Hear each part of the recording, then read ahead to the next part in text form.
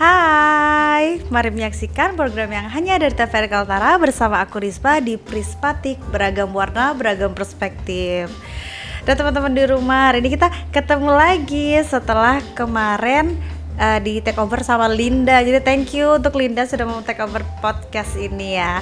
Dan kebetulan hari ini kita memperingati Hari Kartini, makanya kita pakai baju yang super girly ya, so cute. Aku mau ngucapin selamat Hari Kartini buat perempuan yang ada dimanapun berada, terutama buat teman-teman yang nonton podcast Prismatik hari ini. Semoga kita perempuan-perempuan tetap bisa berjaya dan berkarya dan jaya dan kaya raya. Amin ya Allah. Pokoknya amin untuk doa-doa terbaik buat perempuan-perempuan di luar sana. Kita harus woman support woman ya. Dan hari ini aku mau ngobrol sama seseorang yang cantik menginspirasi sesuai dengan titelnya ya, Empower Woman atau Independent Woman. Tapi sebelum kita ngobrol, boleh kita nonton dulu video profilnya, boleh di play goy.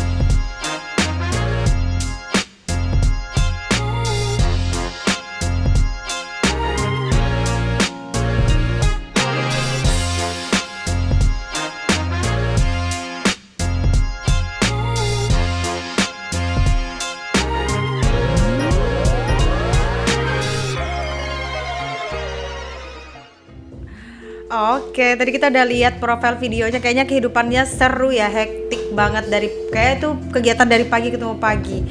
Nah, ini di sebelah aku ada Kak Novi. Hai guys, aku Novi. Salam kenal semua. Salam kenal semua teman-teman di rumah. Tapi aku mau kasih tahu nih sama buat Novi dan teman-teman di rumah, kalau kita studio baru. Aku penghuni pertama. Bisa masuk rekor muri ya, penghuni pertama di studio baru Prismatik. Ini lihat nih karpetnya, ini dia apa? Bulu domba Garut. Ini mejanya dari kayu jati, tapi yang enggak sih, ini kayu biasa sih, kayu tidak jati. Jadi kita mulai ngobrol nih ya tentang Novi yang kita bisa sebut independent woman kali ya. Soalnya kita udah lihat tadi profil videonya, seru kegiatannya, ramai. Dar. Kalau akhir-akhir ini kegiatannya ngapain? Kalau sekarang sih aku lagi kerja kantor. Aku MUA juga. Aku punya bisnis kecil juga, ST Poci. Ya, ada 3 itu sih kesibukanku sekarang. Sama kalau kita lihat tadi nge-gym. Oh ya, nge-gym juga. Itu kalau lagi ada waktu senggang aku nge-gym. Waktu senggang berarti kayak padat ya, karena waktu senggangnya diisi dengan nge-gym. Bisa 1 jam. Salah apa? 1 jam nge-gym bisa. 1 jam nge-gym. Itu cukup berarti ya? Cukup. Tapi itu jadwalnya padat? Sebisa aja. Sebisaku aja. Yang penting apa? Yang penting olahraga. Karena kita sudah di umur yang menginjak kepala orang, enggak, maksudnya menginjak umur yang udah menuju 30, udah encok-encok tulang, memang harus olahraga ya. Tapi kayaknya memang harus olahraga dari muda ya. Harus biar fit ya. Dan walaupun kita sibuk, kita harus olahraga. Biar enjoy juga kerjanya. Betul. Kayak orang Jepang gitu gak sih? Ya kan dia olahraga supaya jadi dia berangkat sebelum berangkat kerja itu olahraga dulu biar saat kerja itu malah fit.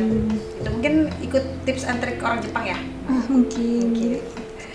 Berarti dari semua kegiatan tadi, ceritain yang paling banyak nyita waktu dan tapi kenapa kok masih tetap dijalanin? Kalau yang nyita waktu paling banyak sudah pasti kantor ya, karena jam kerjanya paling lama, bisa 9 jam lebih, atau bisa kalau lembur ya kita 9 jam lebih bisa lah ya. Terus kenapa masih mempertahankan kerja di kantor? Mungkin itu zona nyamanku kali ya. Apalagi bisnis kan naik turun, bisa rugi juga kita, kadang kita untung juga. Kalau kantor kan kita ngerasa safe ya, apalagi kayak kemarin pandemi COVID, semua usaha agak down ya. Jadi kalau di fase kayak gitu, kantor tuh jadi zona nyamanku aja. Apa yang paling stabil lah ya. Mau gimana pun apa namanya kondisi kerjaan yang paling stabil. Oh jadi emang Ngerasa safe aja. tapi tetap ngejalanin di luar itu Senjum tadi ada MUA sama franchise kecil ya. Level kecil. Tapi keren sih. Kan menurutku soalnya kan kalau kerja kan udah capek ya, apalagi di atas 9 jam. Kalau aku pribadi tergantung orang masing-masing kali ya. Kalau aku pribadi kalau sudah kerja capek, lemah, letih, lesu kayak gitu. Makanya aku kalau udah capek kerja, aku malas melakukan aktivitas yang lain. Nah itu minus, tidak boleh dilakukan. Tetap harus mengikuti ini. Lihat nih, bisa ditiru ya. Walaupun kerja ada side job tapi tetap olahraga. Harus olahraga. Tadi berarti kerja emang nggak akan meninggalkan ya? Untuk sekarang belum. Karena tadi masih stable dan safe zone. Betul. Kalau dari semua rutinitas yang paling menantang apa tuh? Dari kegiatan yang banyak tadi? Kerja kantor dan makeup sih, karena kan dia harus pintar-pintar menyesuaikan waktunya ya. Jangan sampai kerja yang satu dan satunya itu bertabrakan. Jadi kayak harus nyesuaiin waktunya, manage waktunya agak susah sebenarnya. Berarti kalau kerja kantor kan kerja utama. Kalau MUA kan side job. Iya. Berarti merelakan job si MUA ini dibanding kantor berarti. Sebenarnya nggak juga. Jadi kalau kantor kan aku jam 8 ya. Kebanyakan kalau make up itu kan bridesmaid itu subuh ya.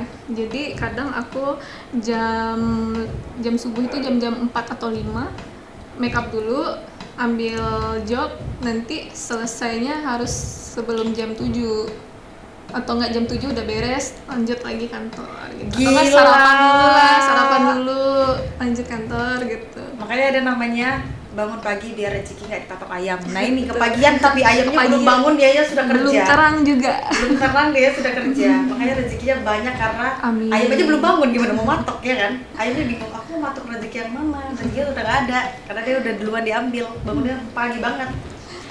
Berarti hektik ya, itu maksudnya memulainya tuh dari subuh ya, banget. Tapi kalau makeup kan enggak tiap hari. Sesuai kemampuanku aja. Misal di minggu ini kayaknya aku agak free nih, agak santai kerjanya, ya udah aku ambil gitu. Masih menganut prinsip Gen Z ya, work life balance. Jadi yang kalau udah capek nggak mood nggak usah diambil. Jadi ambil yang mood aja. Berarti masih memprioritaskan diri sendiri. Pokoknya yang bikin inilah ya, yang bikin nggak nyaman aja sih yang kerja bikin tuh, nggak burn out ya. Nggak usah terlalu pressure sampai burn out tuh, jangan sampai lah gitu. Karena itu memang mempengaruhi ini juga nggak sih, mempengaruhi kinerja kan. Betul. Tapi semakin kita burn out, semakin kita overwhelm ya kerjanya nggak maksimal. Iya benar, nggak maksimal. Apalagi ketemu kita kan kerjanya kan ketemu orang. Betul. Apalagi kalau MUA kan ketemu klien. Gimana ketemu tapi nggak mood kan? Nanti yang ada alisnya beda sulah. Aduh, bahaya itu mbak. Bahaya. Nanti kelupaan lagi dipakai lipstick. Aduh, itu lebih bahaya itu mbak. Nah kalau untuk cerita awalnya kok bisa sampai punya beberapa aktivitas sekaligus? Kok mau sih punya aktivitas yang banyak? Lebih dari 2 lagi? Menurutku berdua itu udah banyak. Sebenarnya nggak langsung semua gitu loh. Awalnya aku itu lulus 2021, adalah nganggur 2-3 bulan gitu, terus ada hiring perusahaan, aku apply, jadi di awal tahun 2022 itu aku kerja, diterima di perusahaan. Terus iringnya aku bekerja, kan di Malang, aku kan kuliah di Malang ya, di Malang itu kebiasaanku itu minum es teh. Kalau siang mau makan siang tuh selalu beli es teh.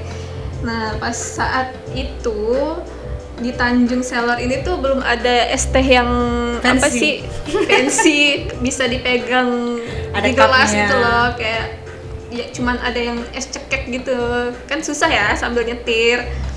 Terus apa aku franchise aja ya gitu biar aku bisa minum es teh siang-siang gitu loh.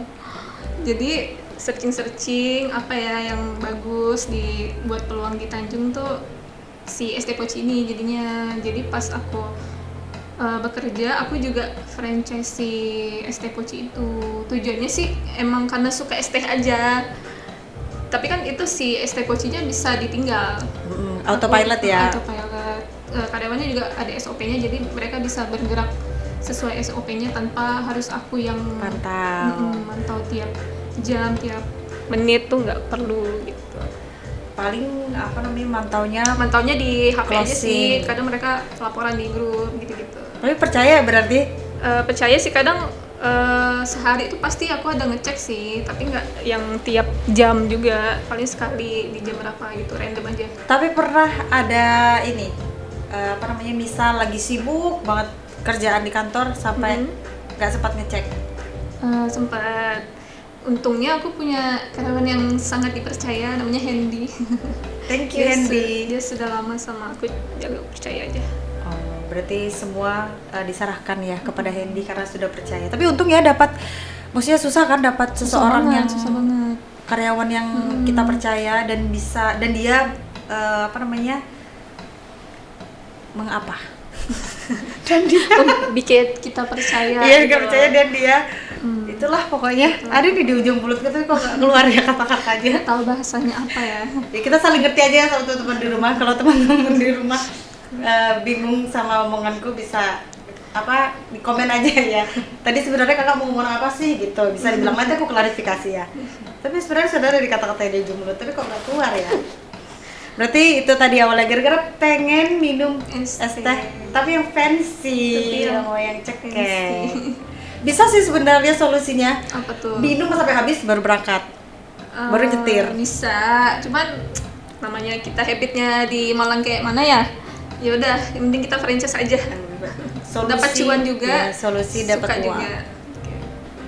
Win-win solution ya. Win-win solution. Jadi mungkin pelajaran buat kita, kalau misalnya ada sesuatu masalah, nah kita bisa pikirkan win-win solusinya yang bisa menguntungkan kita juga kan, tidak merugikan. Benar itu. Murah lagi. Itu kah tips and trick menjadi tips and trick menjadi independent woman. Salah satunya itu ya. Terus abis itu si Teh Poci tadi baru ke Terus Wow. di 2 tahun aku bekerja, pengen nambah skill nih, apa ya kemampuanku, aku tuh bisa apa sih, skillku tuh, karena selama ini aku nggak tahu skillku tuh apa. itu antara apa namanya, untrusted, apa maksudnya nggak percaya diri sendiri atau pengen ngulik aja? Nggak percaya diri sama pengen ngulik gitu nggak? Jadi kayak aku tuh jadi bertanya-tanya gitu loh, skillku tuh apa ya, aku tuh bisa apa sih selain kerja ini gitu. Selain cantik ini gitu Aduh. ya. Terus kayak mikir tuh kayaknya aku tuh suka dandan ya, emang centil aja.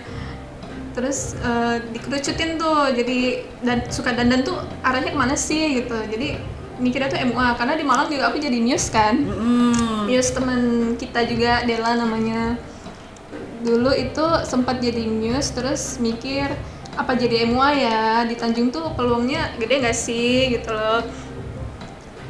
Terus setelah aku pikir ya, aku pertimbangkan kayaknya oke sih MUA. Setelah pertimbangan itu aku cari tuh tempat di mana sih aku bisa kursus untuk memantapkan si skillku ini. Jadinya aku kemarin ke Jakarta. Tiba-tiba ke Jakarta. Ini hasilku sih Kak, masih awal-awal. Ini makeup sendiri? Iya, ini makeup sendiri. Asik. Sama lagi bajunya. Oh, ini baju-bajunya bikin sendiri? Enggak, sama lagi bajunya. Oh, kayak sama bajunya. yang kepake. Itu tadi hasil make upnya. Nah, kalau Sebagai misalnya kecil. ada yang butuh untuk Call me. ya calling Novi. Make up Aku by pernah Fee. Aku apa namanya? Makeup by V. Makeup by V. Bisa di search di Instagram ya, Makeup by V. V atau V? V-E-E. V-E. Oh, V-E-E. Oke, bahasa Inggris ya, V-E-E. Gen Z banget. Gen Z banget. Aku tuh pernah jadi muse-nya. Ini Betul. pernah jadi muse-nya Novi. Awal-awal berkarir ya masih banyak trouble-nya, masih banyak kurang-kurangnya kan. Si Mbak ini rela jadi Aku muse juga aku. suka kok. Wow, apakah ada hantu? Tahu apa? Alasan kayaknya kita emang kita turun untuk azan maghrib ya. Wah. Oh iya, Kita azan maghrib dulu ya. pas banget. Oke, setelah azan maghrib kita kembali lagi ya. Kita kok goodbye, dadah.